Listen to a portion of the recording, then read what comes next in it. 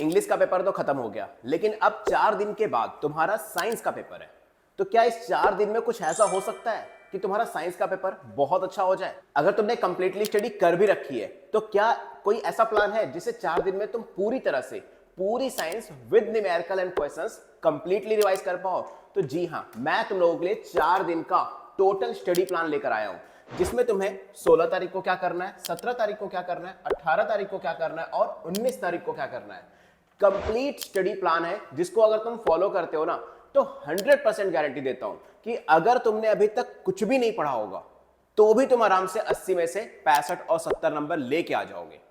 इस चीज की गारंटी मैं ले सकता हूं। सो देखो, वीडियो स्टार्ट करने से पहले तुम सब कमेंट सेक्शन में प्रॉमिस करो, मम्मी की कसम खाओ कि इस वीडियो में जितनी चीजें बताऊंगा 100% फॉलो करोगे, क्योंकि यार ये वो टाइम नहीं है जब हम लापरवाही कर पाए। तुम्हें 100% फॉलो करना पड़ेगा। तो मेक श्योर कमेंट बॉक्स में मुझे प्रॉमिस जरूर करो। तो मैं सूर्यप्रकाश, चलो जल्दी से स्टार्ट करते हैं डे 1 से। सो देखो, डे 1 पे तुम्हें टोटल 2 चैप्टर कंप्लीट करने हैं। उन दोनों चैप्टर्स बहुत इंपॉर्टेंट है, थोड़े से लेंथी भी हैं। तो मेक श्योर याद रखना कि अगर तुम्हारा डे 1 पे ये 2 चैप्टर कंप्लीट है तो तुम अगले डे का कोई भी एक चैप्टर उठाकर या 2 चैप्टर उठाकर इधर की तरफ शिफ्ट कर लेना। दैट डिपेंड्स कि तुम्हारा कितना प्रिपेयर है, ये तुम अपने अकॉर्डिंग चेंज कर सकते हो। फॉर एग्जांपल देखो, यहां पर अगर हम समझे तो पहले दिन पे हमें इलेक्ट्रिसिटी करना है और इसके साथ इलेक्ट्रिसिटी के अंदर जो टॉपिक करना है ना, वो ओम्स लॉ करना है, रेजिस्टेंस का टॉपिक करना है, कौन कौन से फैक्टर रेजिस्टेंस को अफेक्ट करते हैं, like cross section area, length, ये सारी चीजें है ना। Combination of series and parallel, जो रेजिस्टर है उसका और उसके न्यूमेरिकल्स वो भी करने हैं, प्लस इलेक्ट्रिक पावर के ऊपर जो न्यूमेरिकल और फॉर्मूला है ना, वो सारा इस चैप्टर में करना है। मतलब इस चैप्टर में तुम्हें क्या क्या इंपॉर्टेंट है, कॉन्सेप्ट भी इंपॉर्टेंट है, फॉर्मूले और न्यूमेरिकल, तीनों चीजें इंपॉर्टेंट है क्योंकि ये फिजिक्स का चैप्टर है। अच्छा, अगर हम पहले दिन के दूसरे चैप्टर की बात करें तो देखो, दूसरे चैप्टर में हमें मैग्नेटिक इफेक्ट ऑफ करंट करना है, जिसमें तुम्हारा मैग्नेटिक फील्ड क्या होता है, राइट हैंड थंब रूल क्या होता है, इलेक्ट्रिक मोटर और जनरेटर की वर्किंग क्या होती है, इलेक्ट्रोमैग्नेटिक इंडक्शन क्या होता है, और इनका एक प्रैक्टिकल एप्लीकेशन जरूर पढ़ना, क्योंकि इस बार तुम्हें पता है केस बेस्ड क्वेश्चन कह लो या क्रिटिकल क्वेश्चंस कह लो, उनकी क्वांटिटी ज्यादा डाल दी गई है। फॉर एग्जांपल, क्वेश्चन कैसे आ सकता है इस चैप्टर से?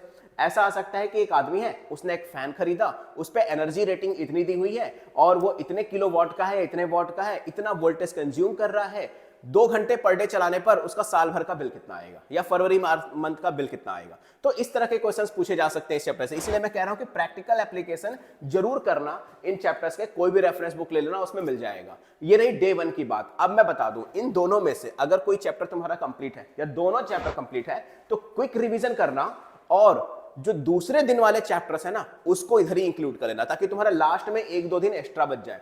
और प्लस सबसे मोस्ट इंपॉर्टेंट चीज, जब ये खत्म हो जाए, ये दोनों चैप्टर खत्म हो जाए, तो एक सैंपल पेपर सॉल्व करना है। और प्लस सैंपल पेपर तो सॉल्व करोगे ही करोगे, प्लस इसका सॉल्यूशन को पूरी तरह से जो समझने के टॉपिक होंगे समझ लेना, अदरवाइज पूरा का पूरा आंसर लर्न कर लेना। एक सैंपल पेपर जरूर सॉल्व करना और उसके सारे आंसर्स को लर्न कर लेना। तुम्हारा पहले दिन का टास्क तुम्हारा कंप्लीट हो गया। तुम्हारे 100 में से या 80 में से मान लो तो 70-75% का एक कदम तुमने कंप्लीट कर लिया है डे 1 के ऊपर। अच्छा, ये तो समझ में आ गया कि डे 1 पे 2 चैप्टर और एक सैंपल पेपर करना है। बट वो 2 चैप्टर में तुम्हें करना क्या क्या है, टॉपिक भी समझ में आ गया, बट उन टॉपिक से रिलेटेड क्या टॉपिक रीड कर लेना है, बस उससे काम चल जाएगा, या नोट्स बना रखी है उससे काम चल जाएगा? नहीं, ध्यान से समझो इस चीज को।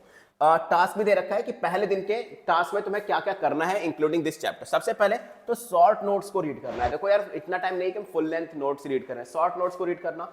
फॉर्मूले की की नोट्स बना लेना, या पहले से बना रखे होगे तो उससे रिवाइज कर लेना। डायग्राम का जो सेपरेट नोट्स बना रखी है ना, मैंने जो तुम लोगों को प्रोवाइड की थी लास्ट वीडियो में, देखो यार यहाँ पे स्क्रीन पे आ रहा होगा, बहुत अमेजिंग डायग्राम का पूरा पीडीएफ है। तो मेक श्योर ये पीडीएफ इंस्टाग्राम पे मेरे मिल जाता है, या फिर मैं सेक्रेट फोल्डर बना रखा है इसका, तो इंस्टाग्राम पे डीएम कर देना, वहां से पूरा का पूरा तुम्हें मिल जाएगा पीडीएफ। ठीक है, अब बात करते हैं 15 न्यूमेरिकल फ्रॉम ईच चैप्टर्स। चाहे तुम इलेक्ट्रिसिटी कर रहे हो या मैग्नेटिक इफेक्ट कर रहे हो, दोनों से एटलीस्ट 15 न्यूमेरिकल सॉल्व करना है।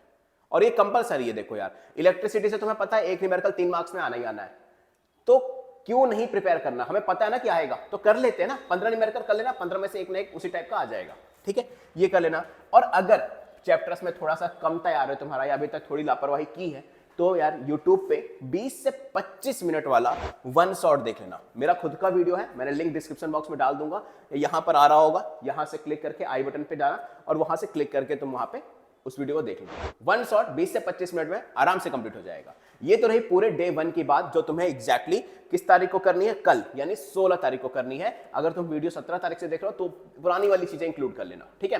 16 तारीख को तुम्हें ये काम करना है। अब बढ़ते हैं आगे की तरफ, यानी डे 2 पर, यानी 17 तारीख को तुम्हें क्या करना है।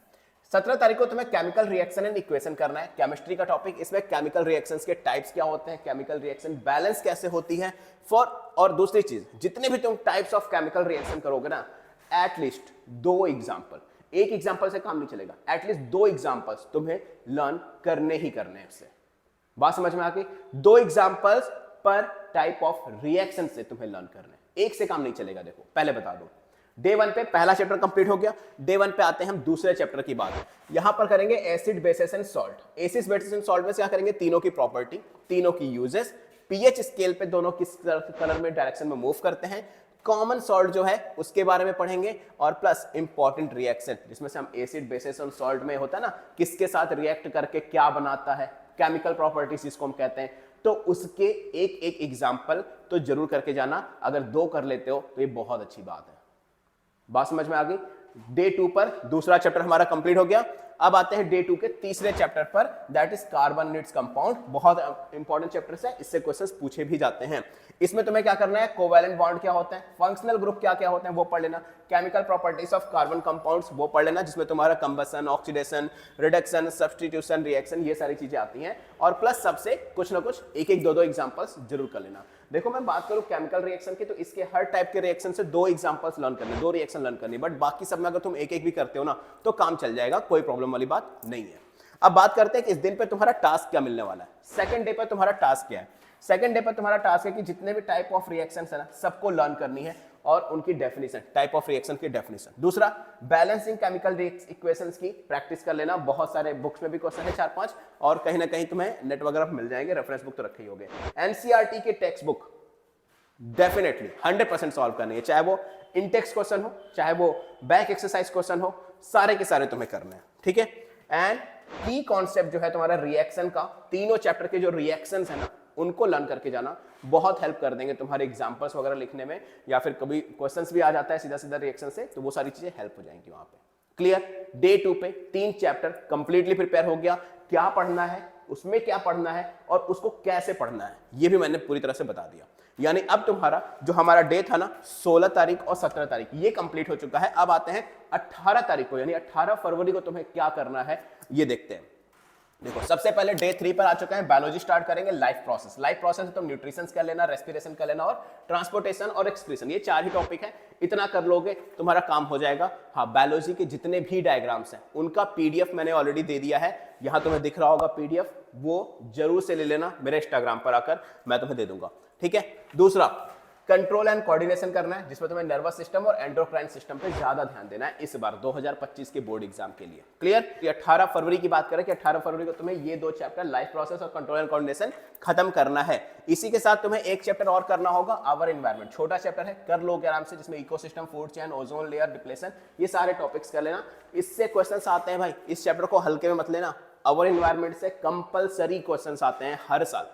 बात समझ में आ गई? चलो आगे बढ़े। तो यहां पर एंड डे के एंड में तुम्हें क्या करना है, लेवल डायग्राम बनाने की पूरी प्रैक्टिस करनी, वो भी किसका, ह्यूमन डाइजेस्टिव सिस्टम का, नेफ्रॉन का। नेफ्रॉन का बहुत इंपॉर्टेंट है, मैक्सिमम टाइम पूछा जाता है।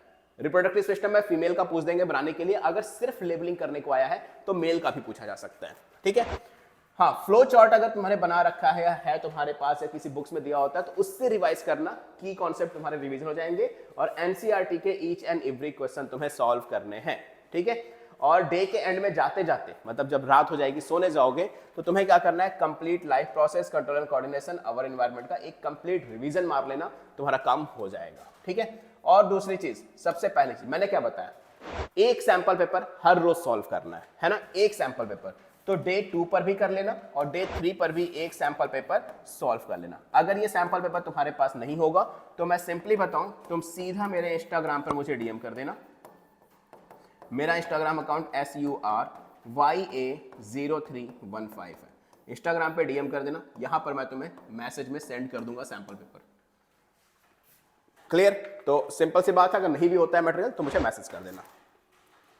चलो आगे बढ़ते हैं। अब आते हैं हम कब की बात हो गई? 19 यानी डे 4 की बात हो गई, एग्जाम से एक दिन पहले की बात हो गई। ये वो दिन है जब अगले दिन तुम्हारा एग्जाम होगा। तो इस दिन मैंने वो चैप्टर्स रखे हैं जो थोड़े टफ हैं। रीजन क्या है?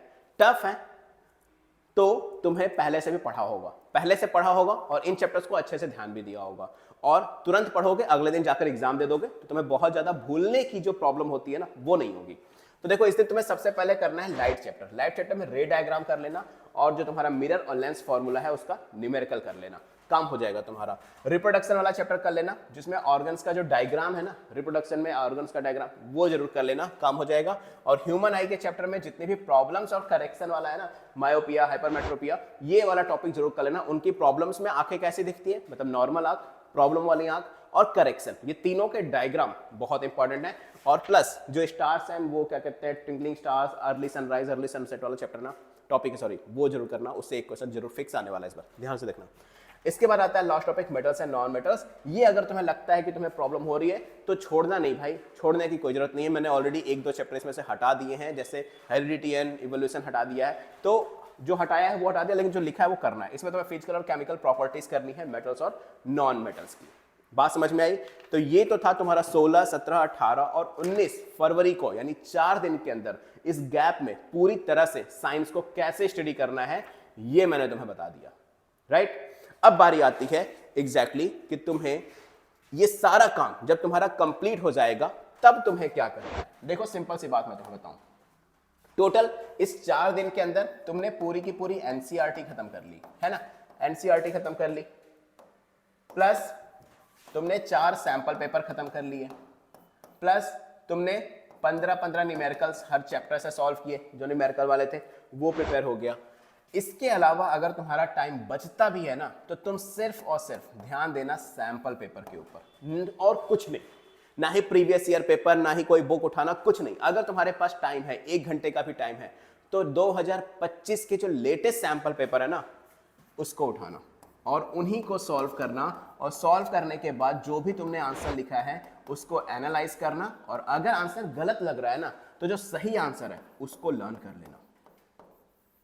That's it, इतना ही करना है तुम्हें, कुछ नहीं करना। मतलब अगर तुम्हारी पूरी चीजें प्रिपेयर है, तुम्हें लग रहा है कि सर आपने जो डे 1, डे 2, डे 3 बताया ना, उसमें मैक्सिमम चीजें मेरी प्रिपेयर है, तो रिवाइज मारो जल्दी से, 2-3 घंटे के अंदर पूरा रिवाइज हो गया, दिन भर का पूरा टाइम है। देखो, लेकिन सैंपल पेपर को हल्के में नहीं लेना है, जितना भी टाइम है पूरी तरह से सैंपल पेपर पे लगा दो, बहुत हेल्प मिलेगी।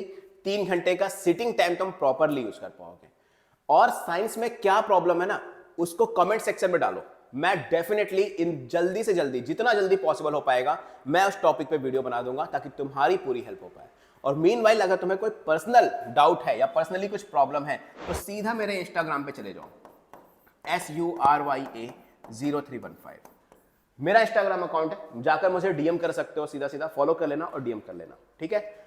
और कोई दिक्कत वाली बात नहीं है, आराम से पढ़ो, बहुत टाइम है, 4 दिन कम नहीं होते हैं, लेकिन हाँ, 4 दिन में 1 दिन भी नुकसान नहीं करना यार, ठीक है? अभी मैं रिसेंटली कुछ इंपॉर्टेंट क्वेश्चंस के पीडीएफ प्रोवाइड करूंगा तुम लोगों को आज या कल में, तो वीडियो पे बने रहना, चैनल को सब्सक्राइब कर लेना। तो मैं सूर्य प्रकाश मिलूंगा तुमसे नेक्स्ट वीडियो में। Till then good luck, and हाँ, इस वीडियो को सारे स्टूडेंट्स के साथ शेयर कर देना, जितने भी तुम्हारे नॉन स्टूडेंट्स है ना, शेयर कर देना। एटलीस्ट अगर तुम एक शेयर भी करते हो ना, तो मोटिवेशन मिलती है कि यार चलो इतने बच्चों ने वीडियो देखा, ठीक है? तो एक शेयर जरूर करना, प्रॉमिस करो। Good luck.